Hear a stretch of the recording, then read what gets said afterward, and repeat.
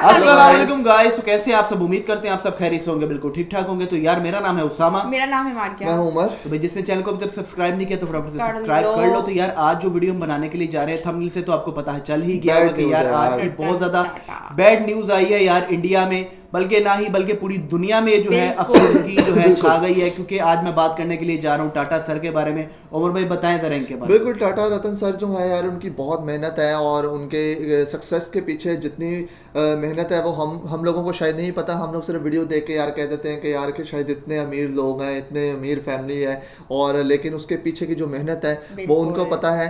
और उनका बहुत बड़ा नाम जो कि ना सिर्फ इंडिया बल्कि पूरी दुनिया में उनको जाना जाता है। और बिल्कुल, मेरे ख्याल से कोई कम ही कंट्रीज ऐसी होंगी जहाँ पे उनका बिजनेसमैन है बिजनेस ना यार, हो। बिल्कुल ऐसे ही है। बिल्कुल। बिल्कुल एक फेमस, एक ऐसी पर्सनैलिटी जिन्होंने ना कि सिर्फ यहाँ तक कि उन्होंने चैरिटी बहुत ज़्यादा की है, चैरिटी बिल्कुल। बहुत करते थे। बिल्कुल ऐसे अपने जो इनकम है उसका आई थिंक 66 या 67% जो है वो चैरिटी में जाता था। Yes, और yes. मेरा नहीं ख्याल कि इतनी बड़ी चैरिटी जो है वो आज कोई के देता बिजनेसमैन कोई कर रहे हैं जितनी वो कर रहे थे। सही बात तो देखते हैं वीडियो, और पहले हम वीडियो देखते हैं, बाकी डिस्कशन बाद में करेंगे। बिल्कुल। तो वीडियो पे जाने से पहले हमारे चैनल को लाइक कर दें, शेयर कर दें। सब्सक्राइब कर दें, बेल आइकन पे लाजमी क्लिक करें ताकि आपको नए वीडियोस को नोटिफिकेशन टाइम में मिल सके। So let's watch the video heavy गो।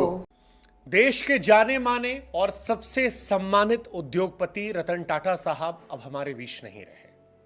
1937 में जन्मे रतन टाटा 2024 में 86 साल की उम्र में मुंबई के ब्रीच कैंडी अस्पताल में अंतिम सांसें लेते हैं। रतन टाटा की मृत्यु पर सारा देश गमगीन है, हर किसी की आंखें नम है। रतन टाटा की लेगेसी ऐसी है कि पक्ष विपक्ष दोनों तरफ से उनके निधन पर शोक संदेशों का तांता लगा हुआ है। शायद ही देश में कोई दूसरा व्यक्ति होगा जिसे इतना सम्मान मिला होगा जितना सम्मान रतन टाटा साहब को मिला है। हालांकि मृत्यु इस जीवन का अंतिम सत्य है, हर किसी को एक रोज इससे गुजरना है।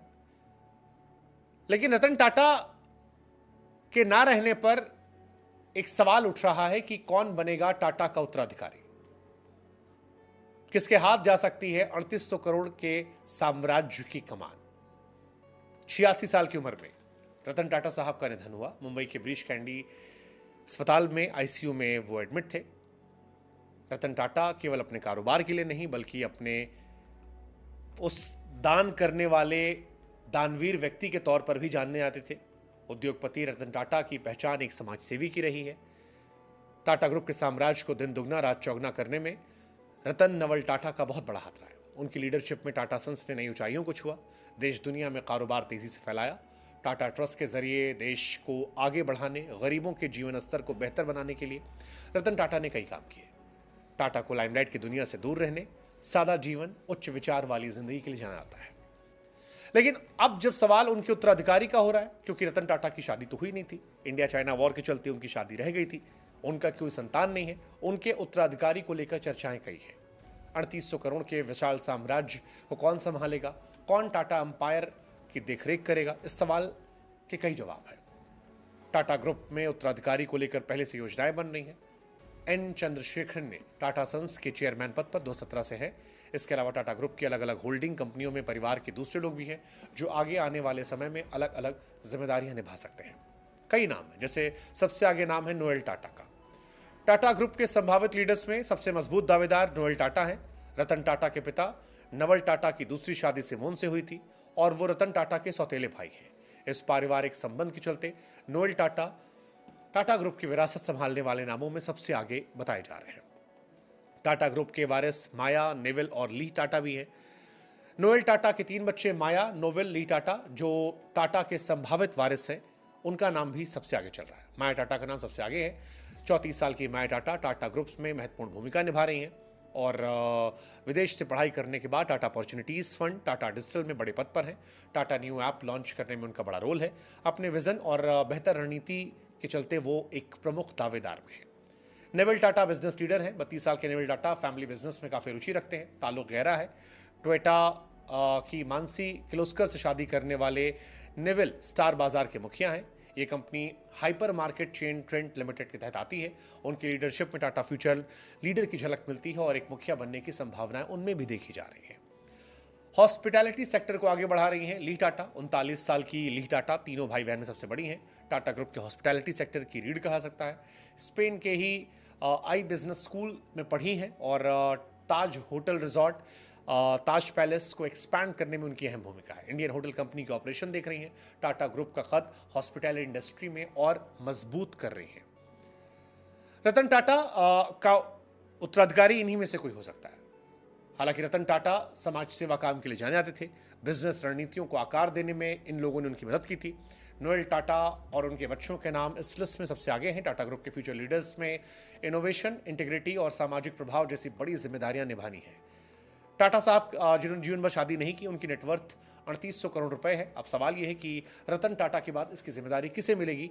इन्हीं में से कोई नाम होगा जो शायद उस जिम्मेदारी को संभालेगा। लेकिन रतन टाटा साहब का जाना हम सब के लिए दुखद, गमगीन करने वाला विषय है, क्योंकि टाटा साहब कोई इंडस्ट्रियलिस्ट सिर्फ नहीं थे, एक बिजनेसमैन नहीं थे, एक आइकन थे, एक ऐसे व्यक्ति थे जिनका सम्मान हर कोई करता है। और अब जब ये लेजेंड नहीं है तो फिर सारा देश गमगीन है। एक ऐसा इंसान हिंदुस्तान से गया जिसने हिंदुस्तान के बिजनेस को ग्लोबल स्टेज पे पहुंचाया। बिजनेस किया लेकिन समाज सेवा की, दान दिया, और शायद यही वजह है कि आज सारी दुनिया उनका सम्मान कर रही है। बिल्कुल ऐसे ही है। और रतन टाटा सर जो थे, उन्होंने सोशल इतना काम किया, इतनी लोगों की हेल्प, इतना दान किया अपनी इनकम से कि एक मैं कहता हूँ कि आज की हिस्ट्री में जो है ना, बिजनेसमैन जो हैं वो सबसे ज़्यादा, मेरे ख्याल से कि यही वाहिद थे जो सबसे ज़्यादा दान भी करते हैं। बिल्कुल ऐसे। और इंडिया में काफ़ी नंबर 1 पे भी यही है, क्योंकि इंडिया में जितनी ज़्यादा चीज़ें बिजनेस की शुरू की हैं वो मेरे ख्याल से इन्होंने ही की हैं। काफ़ी ज़्यादा हिस्सा इनका है कि जिससे इंडिया को भी काफ़ी सक्सेस मिली है इस चीज़ को लेके। बहुत ज़्यादा। देखिए इन्होंने बाहर के ब्रांड्स को ख़त्म करके अपने ब्रांड्स लेके आए, अपने ब्रांड की हर चीज़ यूज़ करते हैं। ये इन्हीं के ब्रांड्स की गाड़ियाँ चलती हैं, हर चीज़ इन्हीं के ब्रांड्स की होती है। हर चीज़ में आपको टाटा का नाम मिलेगा। बिल्कुल ऐसे। तो ये बहुत बड़ा नाम है उनकी भारत के लिए कि यार उनका बहुत बड़ा एक बिजनेसमैन जो कह लें कि बुनियाद जिसने रखी थी इंडिया में, तो वो आप चले गए उनके बीच से, तो कितना दुख हो रहा होगा। इंडिया की बहुत सी जगहों पे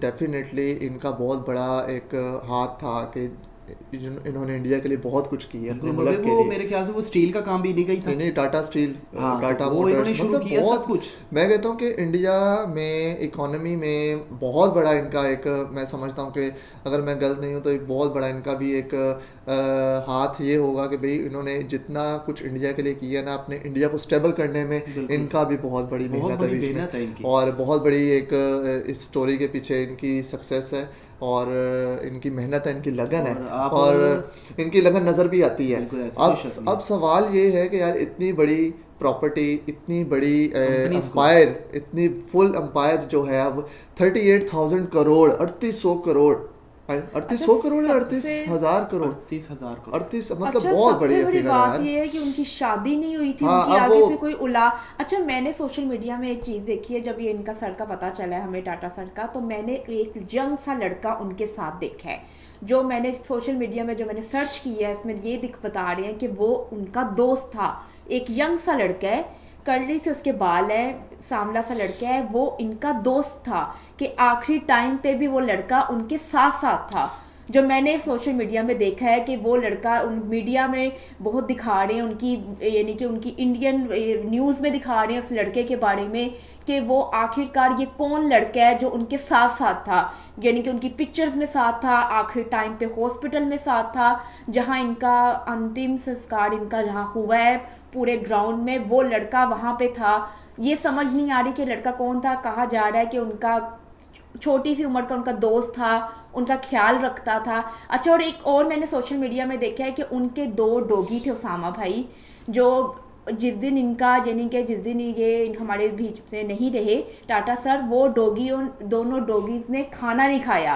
उनके 2 डॉगीज थे जो उनके, यानी कि छोटे से थे, उनके जो उनके साथ थे, हाँ, जो उनके साथ थे, तो जब वो उनकी, यानी कि उनके वहाँ के वर्कर्स वगैरह उन डॉगीज को लेके आए हैं, तो उनकी मीडिया में उन्होंने कहा कि ये सुबह से भूखे हैं, इन्होंने खाना नहीं खाया। वो टाटा सर को ढूंढ रहे हैं। उमर भाई लेकिन यहाँ पे सवाल ये भी उठता है कि यकीनन इन्होंने अपने जाने से पहले अपनी वसीयत भी लिखी होगी, कुछ ना कुछ तो होगा, ऐसा हो ही नहीं सकता। लेकिन लेट्स सी कुछ अब क्या नाम आगे आता है या किसको आगे बिजनेस तो चलते रहेंगे, हाँ ये थोड़ी ना रुकेगा। लेकिन उमर भाई इंडिया में बहुत बड़ा लॉस वाली बात है, इंडिया के लिए बहुत बड़ा लॉस है। इतने बड़े सर, लेजेंड सर जिन्होंने, लेकिन हर एक ने जाना तो है बिल्कुल। तो गाइस ये था वीडियो, और आप क्या कहना चाहेंगे?